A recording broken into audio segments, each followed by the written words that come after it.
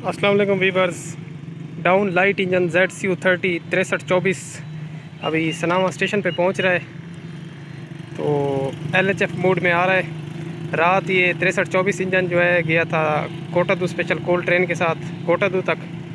तो कोटादू में फिर लोड को स्टेबल किया है, फिर शंट वगैरह पावर को वहीं कोटादू में ठहरा दिया गया था शट डाउन करके।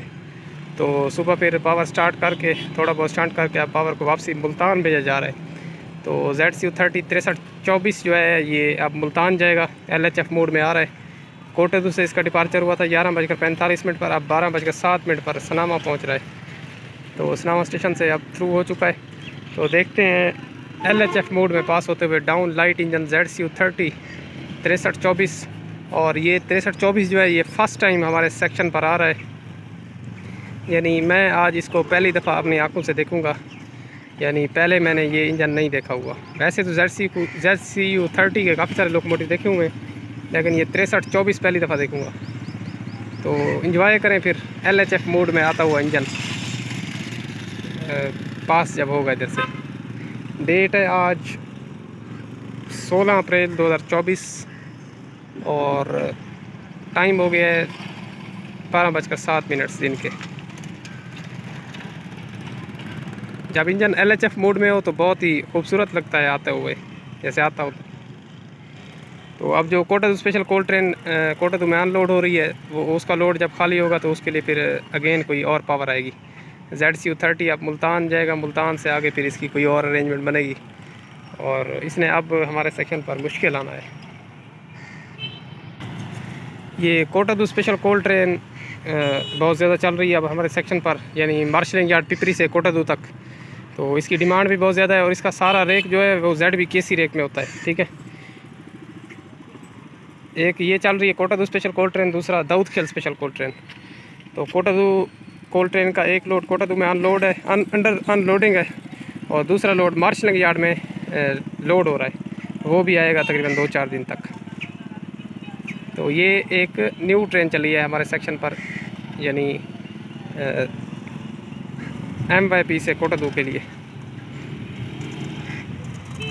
तो लाइट इंजन आ तो बहुत स्लो हो रहा है, क्योंकि तकरीबन 2 मिनट से हो गए हैं, सनामा स्टेशन से थ्रू हो गया है। तो जिस तरह आ रहा है ऐसे लगता है कि 10 की स्पीड से आ रहा है।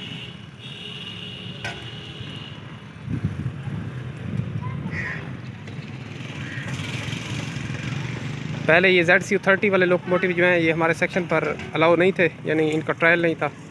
तो फर्स्ट टाइम मेरे ख्याल में ZCU30 6308 के साथ इसका ट्रायल करवाया गया था इन लोकोमोटिव्स का हमारे सेक्शन पर, जो कि कामयाबी से यानी कि पूरा हुआ है। तो उसके बाद फिर ZCU30 1 to 7 अप को भी लगते रहे हैं, यानी 6307 1 to 7 अप को लगा था ZCU30 80 वाली पावर के फेल होने की वजह से। तो अब ये परमानेंट इधर चलने वाले लोकोमोटिव है, यानी ये एमरजेंसी के अलावा भी इधर आ सकते हैं।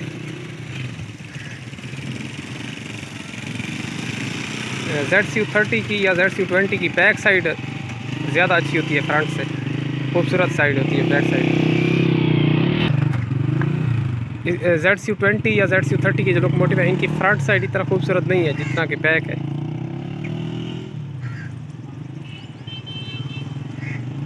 और ये तो दूर से रिफर्बिश्ड लोकोमोटिव लग रहा है, बिल्कुल फ्रेशली पेंटेड है।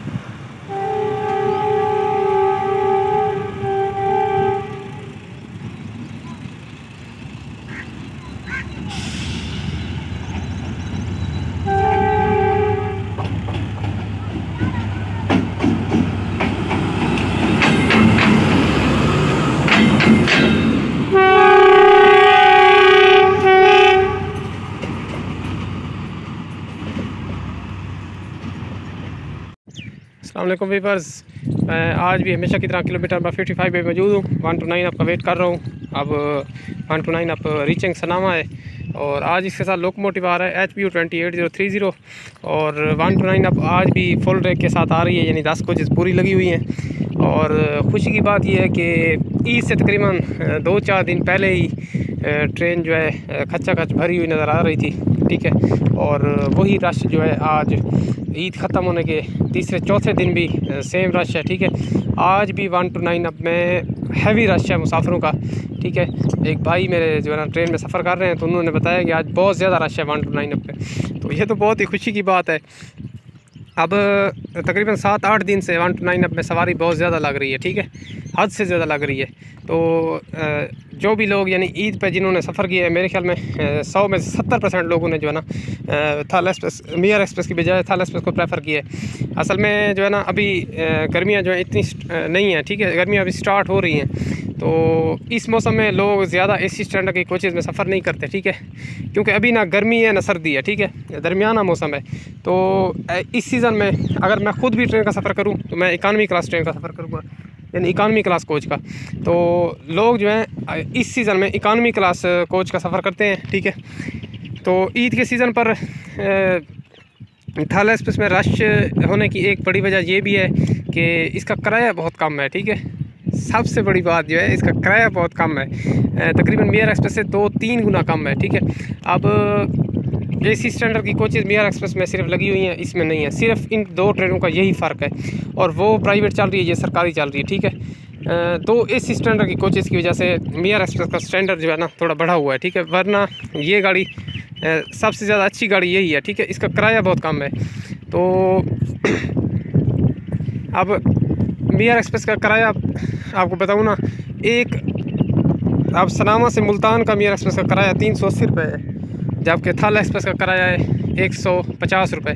तो सनामा से मुल्तान टोटल फासला है तकरीबन 60 किलोमीटर का। तो 60 किलोमीटर के रेडियस में मियार एक्सप्रेस का 230 रुपये किराया जो है वो ज़्यादा है, ठीक है।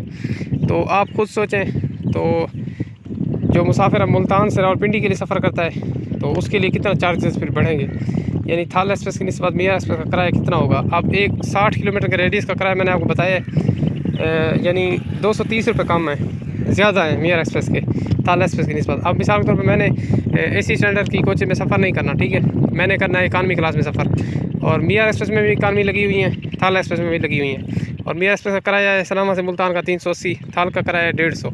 तो आप खुद सोचें मैं किस पे सफ़र करूँगा। मैं अपना जवाब बताऊँ, मैं थाला एक्सप्रेस में सफ़र करूँगा, ठीक है, क्योंकि आवाम भी ऐसी सस्ती ट्रेनें जो है ना ढूंढती है। तो मियार एक्सप्रेस में ईद डेज़ में जहाँ तक मेरा ख्याल है तो बिल्कुल भी रश नहीं था, ठीक है। इसकी कोई एडवांस बुकिंग मेरे ख्याल में हुई पड़ी हो तो पता नहीं है, तो वही मुसाफिर मेरे ख्याल में सफ़र कर लेते।